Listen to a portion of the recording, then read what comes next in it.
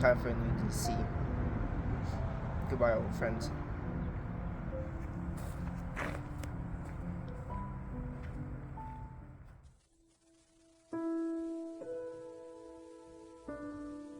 I will remember you. Will you remember me?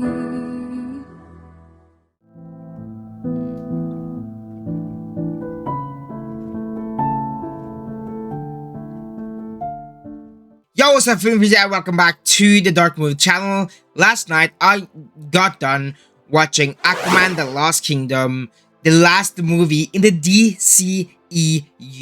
No more DCEU. Kinda sad, but here's my honest and spoiler-free review of that movie.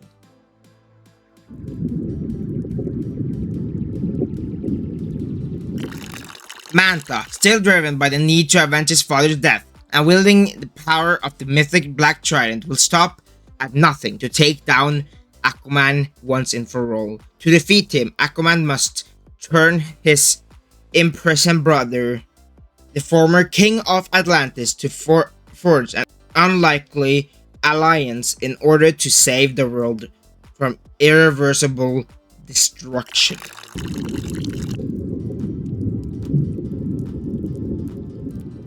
First and foremost, I love how comic booky it is.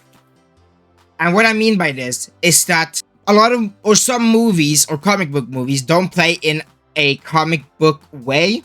Like, for example, take Nolan's Batman. As much as I love that movie, it takes more of a realistic approach on Batman, and same with the Matt Reeves Batman from last year. It didn't lean more on the comic book aspects.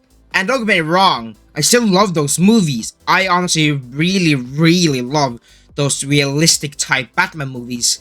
And honestly, Matt Reeves' Batman from last year is my favorite Batman movie of all time. But in Aquaman, I love that they went full on goofy, and the action things that happen is in a in a comic book way. I really hope that makes sense, you know? And with that statement, I also want to talk about the use of CGI in this movie. Because this movie is a very CGI heavy movie. And for the most part, it's not great. I've seen worse. Anyways, there are some cool moments in this movie that looks alright, but for the most part, it's very... I generally don't know how to feel about it. I just really want to talk about it. For me, I don't mind it. It doesn't take away from the story at all. I was really engaged in the story, so it didn't upset me too much. But there were a lot of moments and things that happened in this movie where I was like sitting there just like this. No. Without the talking, of course. But no.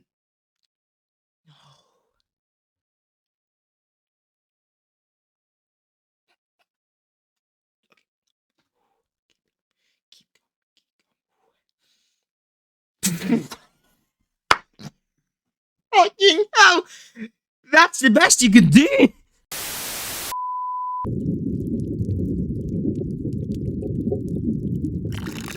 Now I want to talk about the characters.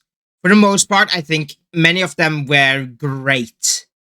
I think the standouts for me were Patrick Wilson's character, Ed Warren himself. If you know, I love the Conjuring series, so seeing him in this one was fantastic as an interesting character, and honestly a badass character. Something that also wasn't expecting was a Randall Park's character.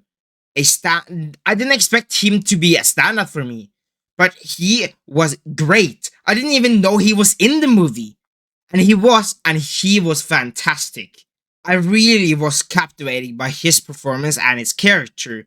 And now you're wondering probably about Aquaman himself not being in a standout, and for the most part, he's a character. I mean, he's a character, but like, I didn't like him too much. To be honest, that's just how I felt. That's how I felt, and I think he was just way too goofy for me and silly. I mean, I wasn't. I think the humor and his one-liners didn't hit at all. I wasn't really laughing at anything of him like attempting humor or one-liners. But as a time and like seeing that ending, he was great at the ending. I think when he actually is like trying to kind of focus on this, like actually trying to beat someone, beat the villain, and actually being kind of emotional because there's some scenes in this one that, yeah, kind of emotional, and I think he was great in that. But when he was silly, I think that is the worst part of him, and that was honestly most of the movie. And another thing that you probably are wondering about that is a very heavy topic: Amber Heard as Mara. Look, I know all the drama. Please, right now I want to stay out of all of those. Okay, out of all the drama. I know it, and I'm only now talking about the performance and characters. It's the same with Ezra Miller as the Flash. I know his drama. I know it's terrible what he did, but I want to stay out of it. And in the Flash movie, I found him to be pretty awesome as the Flash. So, what about Mara and Amber Heard's character? I think for the most part, she was great. I loved her new power, or I love her power used more in this movie. I actually did not expect me to see her character a lot, but she was a lot in this movie, and she was a helpful character, and I loved her performance and her power. Like I said, I think the power was very, very cool. Just great stuff.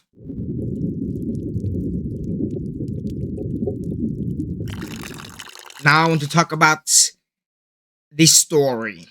And with this Lost Kingdom, while those moments in that Lost Kingdom was cool, that villain for me was not great. I feel like without, getting to spoilers, the other villain was not great. I wish they did focus more on Manta instead of this random villain from the Lost Kingdom.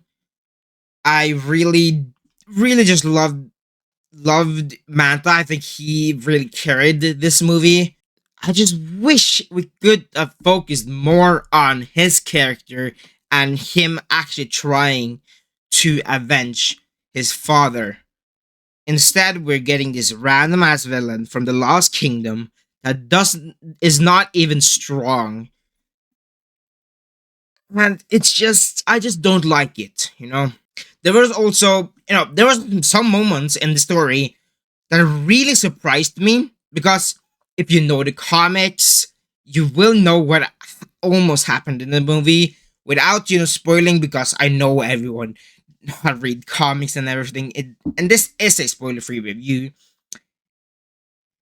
I was really just sitting there like, oh shit, are they seriously going to do this?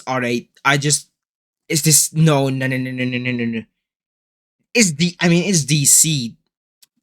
Did you see Suicide Squad? I mean, yeah, it's that, but I think that is worse. But still, it's like I was really surprised by that. They almost went that route, and that would have been pretty cool, but also messed up at the same time. So for Aquaman: The Lost Kingdom, I'm giving visuals a 4 out of 10. While there's some cool moments, a lot of this is CGI and not great CGI, if I say so myself.